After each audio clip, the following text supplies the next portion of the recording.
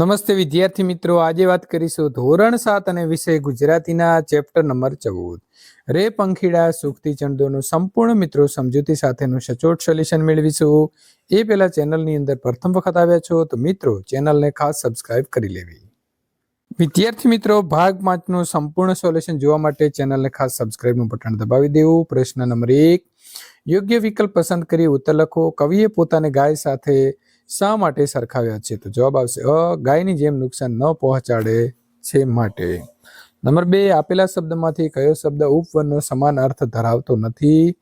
એટલે કે સાચો જવાબ આવશે ક, વન. ઉપવન, ઉદ્યાન અને બાગ એના સમાનાર્થી શબ્દ છે. કવિએ માળીને શું સૂચના આપી હશે? તો સાચો જવાબ આવે છે બ, પક્ષી તરફ કંઈ પણ ન ફેંકવાની. અર્થભેદ આપી વાક્ય પ્રયોગ કરો. વીસી એટલે ભોજનાલય અને વીસી એટલે 20નો સમૂહ. બાળકો વીસીમાં ભોજન માટે ભેગા થયા. બાળકોએ કાચની બોટલની વીસી ભેગી કરી. કોષ એટલે સંગ્રહ અથવા ભંડાર. કોષ એટલે 1.5 માઇલનું અંતર. રાજાએ ગરીબો માટે પોતાનો કોષ ખુલ્લો મૂકી દીધો. સાધુએ 4 કોષ ચાલીને આરામ કર્યો. મેષ એટલે કાજળ અને મેષ એટલે એક રાશિ. માતાએ બાળકને મેષ આંજી. મારું નામ મેષ રાશિ ઉપરથી પાડવામાં આવ્યું છે. લેસ એટલે થોડુંક અથવા જરાક. જ્યારે લેસ એટલે જરીવાળી કોર કે કાપડની પટ્ટી. એને ઘણું સમજાયું પણ એના વર્તનમાં લેસ માત્ર ફરક પડ્યો નથી. નેહાએ સોનેરી લેસવાળી સાડી ખરીદી. પ્રશ્ન નંબર 4, ઉંદર તો એક પ્રકારનું પ્રાણી છે અને ઉદર એટલે પેટ. ગામ લોકો ઉંદરના ત્રાસથી હેરાન થઈ ગયા છે. ઉદર ભરવા માટે ઘણા લોકો કાળી મજૂરી કરે છે. જગ એટલે દુનિયા અને જંગ એટલે યુદ્ધ. ગુજરાતીઓ વેપાર માટે જગ વિખ્યાત છે. ધૂળો ચોરો સાથે જંગ ખેલવા લાગ્યો. પ્રશ્ન નંબર 3, નીચેના પ્રશ્નોના ઉત્તર લખો. પક્ષીઓ શા માટે માણસોથી ડરે છે? માણસો પક્ષીઓને નુકસાન પહોંચાડી શકે, તેમનો શિકાર કરી શકે એટલા માટે પક્ષીઓ માણસોથી ડરે છે. કવિ પક્ષીઓને કેવો દિલાસો આપે છે? કવિ પક્ષીઓને સમજાવે છે કે પાસે જેવી ગાય હતી એના જેવો જ હું છું. તમારે મારાથી ડરવાની જરૂર નથી. મેં માળીને પણ તમારી તરફ કંઈ પણ ફેંકવાની ના પાડી છે. કુદરત તણા સામ્ય અંગે તમે શું સમજ્યા? તો કુદરતે સૌને સમાન અધિકારો આપી સૌને સમાન બનાવ્યા છે. પક્ષીઓને જેમ મનુષ્ય કઈ વાતથી ડરતા હશે તો મનુષ્ય તેમને હેરાન કરતા હોય તેવા લોકોથી ડરતા હશે.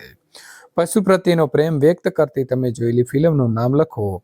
તો પશુ પ્રત્યેનો પ્રેમ વ્યક્ત કરતી મેં જોયેલી ફિલ્મ હાથી મેરા સાથી છે. પ્રશ્ન નંબર 4, પ્રશ્નોના ઉત્તર લખો. પ્રશ્ન નંબર 1, પક્ષી ઘર વિહોણા બને તેવા સંજોગોમાં તેના માટે તમે શું કરશો? તો આજના સમયમાં વૃક્ષો કાપવાના લીધે ઘણા પક્ષીઓ ઘર વિહોણા બની જતા હોય છે.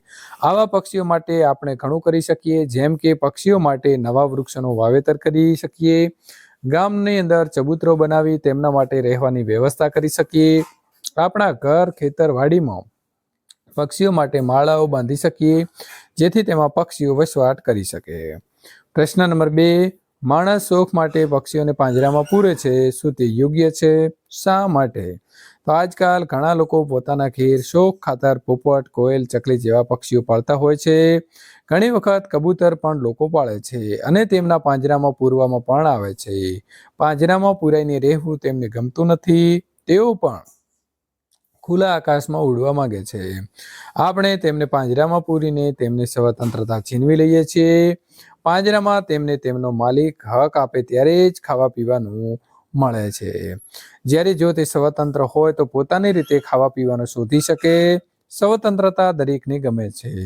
આથી મારા મતે પક્ષીઓને પાંજરામાં પૂરવા એ યોગ્ય નથી. તમને ગમતી પ્રાણી પક્ષીનું નામ કલાત્મક અક્ષરોની અંદર લખો. ઉદાહરણ તરીકે અહીં આપણને આપ્યું છે ચકલી આપ્યું છે. ત્યાર પછી તમને જે પણ કોયલ, પોપટ, મોર જે પણ ગમતું હોય તેનો તમારે અહીં આપેલા બોક્સમાં 2 નામ જે છે તે તમને ગમતા દોરવાના રહેશે. પ્રશ્ન નંબર 6, મનુષ્ય સૃષ્ટિ અને પ્રાણી સૃષ્ટિ વચ્ચે મિત્રભાવ જાગે એ માટે તમે કેવા પ્રયત્ન કરશો? મનુષ્ય સૃષ્ટિ અને પ્રાણી સૃષ્ટિ વચ્ચે મિત્રભાવ જાગે તે માટે આપણે ઘણું બધું કરી શકીએ. આપણી આસપાસ રહેતા પ્રાણીઓ અને પક્ષીઓના ભોજન અને પાણીની વ્યવસ્થા કરવી જોઈએ. તેમને રહેવા માટેની યોગ્ય વ્યવસ્થા શક્ય હોય તો જ કરવી જોઈએ. ક્યારેક તેઓ બીમાર પડે તો તેમને યોગ્ય સારવાર મળી રહે તેવી વ્યવસ્થા કરવી જોઈએ. કોઈ આવા પ્રાણીઓને હેરાન કરતું હોય તો તેમને અટકાવવા જોઈએ. આવું કરવાથી મનુષ્ય અને પ્રાણી વચ્ચે મિત્ર ભાવ જાગશે. કલાપીનું અન્ય કાવ્ય ઇન્ટરનેટ કે અન્ય માધ્યમથી શોધીને લખો. તો મિત્રો આપણે લખીશું એક ઘા. તે પંખીની ઉપર પથ્થરો ફેંકતા ફેંકી દીધો, છૂટ્યો તેને અરર, ફડી ફાળ હૈયા મહીતો, રે રે લાગ્યો દિલ પર એને શ્વાસ રૂંધાઈ જાતા, નીચે આવ્યું તરુ ઉપરથી પાંખ ઢીલી થતામાં, મેં પાળ્યું તે તરફડી મરે હસ્ત મહારાજ થયા, પાણી છાટ્યું દિલ ધડકતે તોય ઉઠી શક્યું ના, ક્યાંથી ઉઠે જખમ દિલનો ક્રૂર હસ્તે કરેલો, ક્યાંથી ઉઠે હૃદય કુમળો છેક તેનો ઓહો, આહા કિંતુ કળ ઉતરીને આંખ તો ઉઘડી એ, મૃત્યુ થશે જીવ ઉગરશે કોણ જાણી શકે એ, જીવ્યો આહા મધુર ગમતા ગીત ગાવા ફરીને, આ વાડીના મધુર ફલને ચાખવાને ફરીને, રે રે કિંતુ ફરી કદી હવે પાસ મારી ના આવે, આવે તોય ડરી ડરી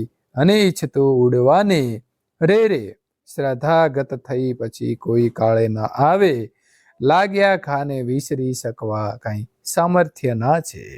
તો સુરસિંહજી તખ્તસિંહજી ગોહિલ એટલે કે કલાપીનું મિત્રો આ કાવ્ય છે. મિત્રો અહીં આપણને પ્રશ્ન નંબર 8 નીચે આપેલા ફકરાનું વાંચન કરી સમયની નોંધ કરવાની છે. સરસ મજાનો ફકરો આપ્યો છે. વાતાવરણમાં આવેલા પરિવર્તનના કારણે ઘાસ, વૃક્ષો, વનસ્પતિની સાથે સાથે ઘઉં, જવ અને અન્ય ધાન્યના સંપર્કમાં તેઓ આવ્યા. પથ્થરની ઉપયોગથી સ્ત્રીઓ, પુરુષો અને બાળકો અનાજના દાણા એકત્રિત કરતા. કુતૂહલ વૃત્તિથી થયેલા આ કાર્યના ધીમે ધીમે ભારતમાં કૃષિની શરૂઆત કરી.